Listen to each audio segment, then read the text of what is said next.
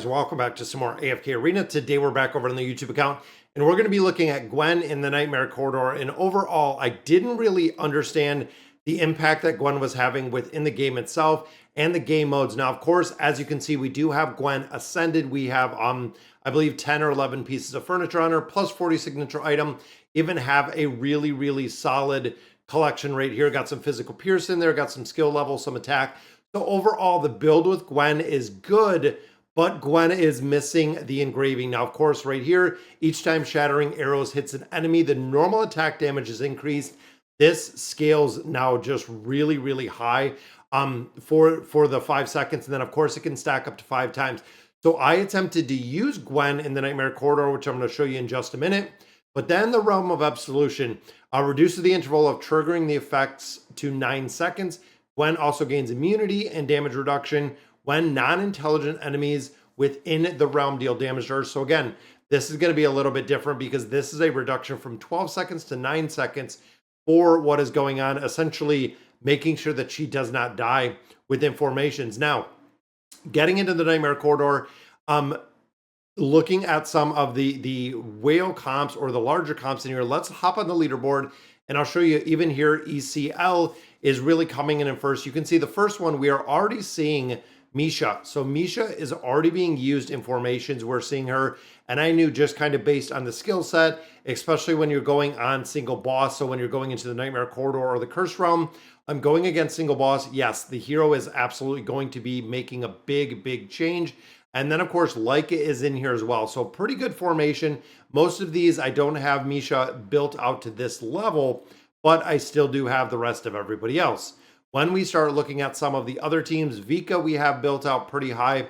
Even looking here, we have the Awakened version of Thane. If you guys remember way back when, definitely built out pretty high. Now, Lan we do not have built out at all at this point because of Gwen. But then looking at formation number 4, here is Gwen, and as you can see, 16.32 billion damage, doing a crazy amount of damage here. Even looking at the collection that we have, got some skill level in there, some crit damage amplification. So overall, doing very well with the double skill level, which I put one on here that was the double skill. Didn't really seem to have that much of an impact on the change because I don't have the ability within this formation itself to actually kill the boss that they're fighting. And again, looking here, Gwen is doing all of the damage in here. And I can have the assumption kind of at this point, if I'm equipping the same collection on her, very similar to the +2 skill collection on her, I have everything for this hero except the engraving itself. So looking at the 16.32 billion, I'm not even close. She is hitting around 3 billion within the formation. Then, of course, right here, we have the Awakened version of Athalia just absolutely dominating. Edwin is in here, and look at that. Orthos is in here as well. So again, kind of a niche formation that we're using. So looking over here, we still have the original version of Baden, still pretty broken within the formation overall. And then, of course, the rest of the heroes. So if I go in here, we got to 5%. Now, to get to this 5%, I did have to change up a couple of the formations. You'll notice in formation number 4 that I am actually running the Awakened version of Belinda since Gwen was not working. And I'll show you kind of what I mean. So looking back here, right here is when we were only killing 5 bosses here and there. And the reason being Gwen is not doing the damage that we really need her to have. And overall, I tried a bunch of different heroes in here. And I know Melion doesn't have the engraving either. I don't know if that is a huge factor. But I also did find some larger whale comps that were in like the top 5 that had Melion at Mythic just with the signature item. So no furniture, nothing else on there.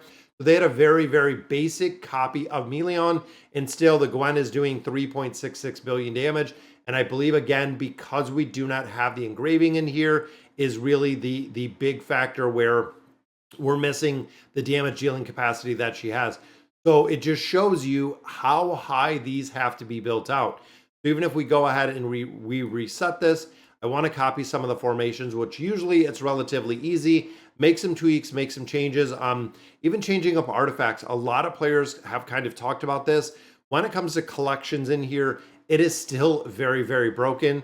Where I went in here and looking at what we have in formations, looking at the SP, looking at the collections themselves, you have to make sure that the collections are equipped.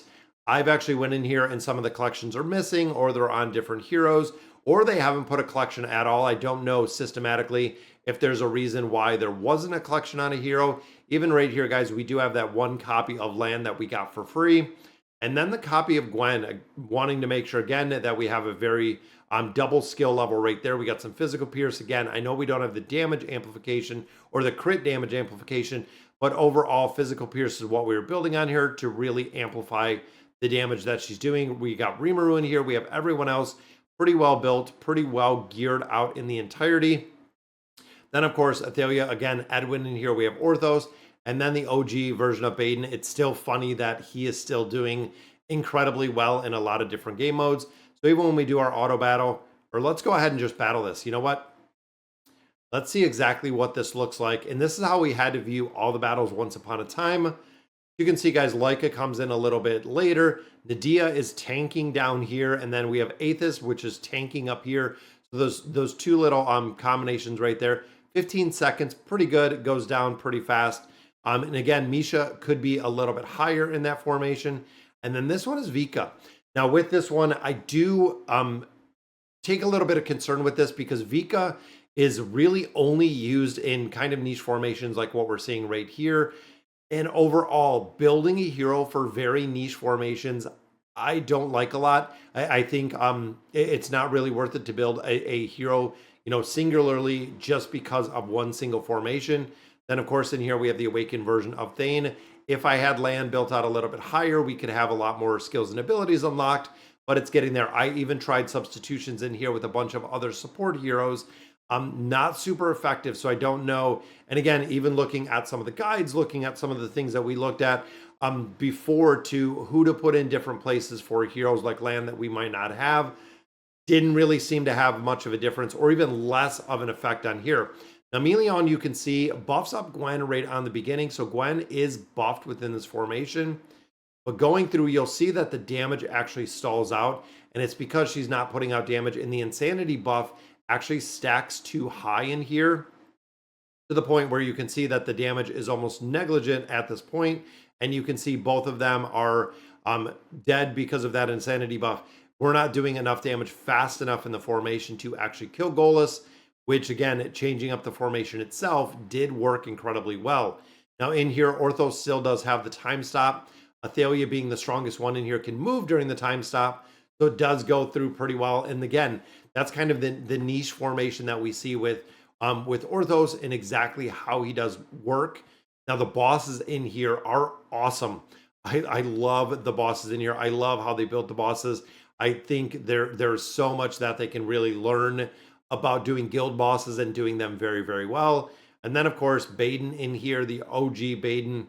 Again, we could build them out a little bit further with the engraving. We could add a little bit more.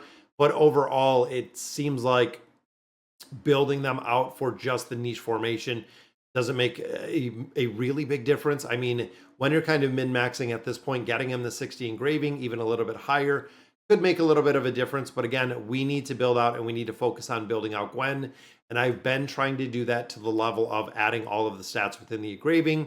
Now, of course, the Dragon IO within the Dragon Forge, we're already back to 10. We can't even touch 10. There's no way. So we're losing out on 20 single points. But looking in here, we are still buying out the insignias, and that is going to be and remains the absolute priority. Now, of course, in here, Meleon, we already have to Ascended. Got to get him a little bit higher. But we know there should be either a Hypo or an Awakened Wilder hero that is going to be coming. And then, of course, Gwen, we get one of these every single day, or excuse me, every single week. We get one of our Draconic insignias. We have 10 more in here that we bought out of the shop. Gwen, we need 2 copies, and then we can actually do the engraving on the hero. In my opinion, guys, these heroes need to be put into, especially when you hit the Ascended, putting them into the Stargazer so we can finish them out. Instead of trying to do this, let's see if we can do it. And we did. We got another copy, guys. That puts us one away. Could it be a double? Could it be a double copy within the formation? Because gold, that means we're going to get one. Could it be? Boom. There is just the one. I was hoping that we'd see a single, or excuse me, a double. But that does put us one single copy away from having that built out, guys. That is... it's so close in here to get that built out. So there is the double copies. Again, we need one more. And a lot of players were also questioning with the chest to get a copy of land or get the 20 insignias. With the 20 insignias, these heroes are taking roughly 50 to 65 summons to get one single copy. So absolutely picking up that one single copy of land will make a difference instead of getting the 20 insignias in there. And again, they really have to adjust the cost. They need a way that we can get them a little bit further, even if they're incorporating them into a couple shops.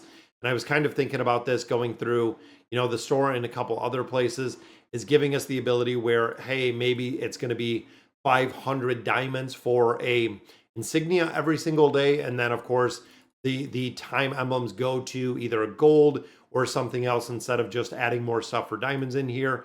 Maybe working them into like a guild store or a barracks where we had the ability to actually get a couple more insignias in here. Again, to make a big difference with the heroes that we have in the ability. Labyrinth store they could do something with. Challenger store for higher level players such as myself. You can see that we have literally nothing to buy in here. I just buy red chests out of here. All of the heroes are even already at 5 stars as well. So again, they could put Draconic heroes in here, maybe at a 250 cost or something like that to get some copies, or even sharding them out, which we see with the Celestials and the Hypos in here. There are a lot of places they could make adjustments for these heroes, making it a lot more viable to actually pick them up. We need something. We need help in building those heroes out because they are so incredibly expensive. And even if you're looking to pick up the insignias themselves, again, the sheer cost of the insignias is kind of crazy with the cost that they do run for the insignias themselves in relationship to getting those heroes.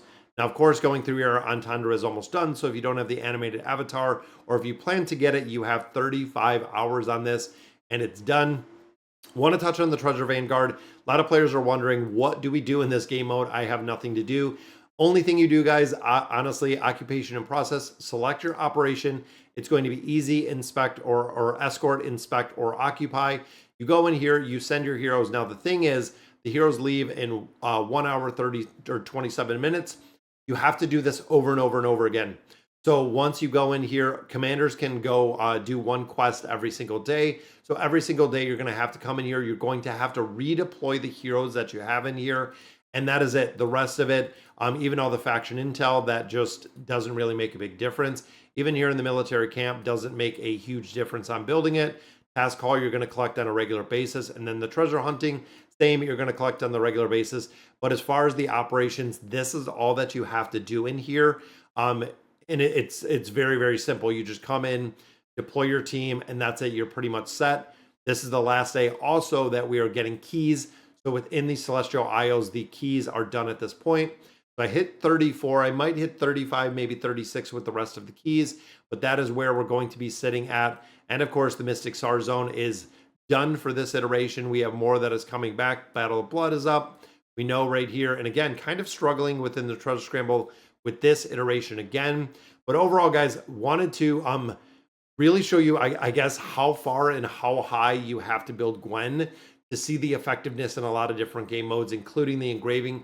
So it's almost like having an awakened hero to be able to maximize the damage that they're doing in there. But all right, guys, so that's going to do it for today. Let me know in the comments what you guys think. And as always, thank you guys for watching.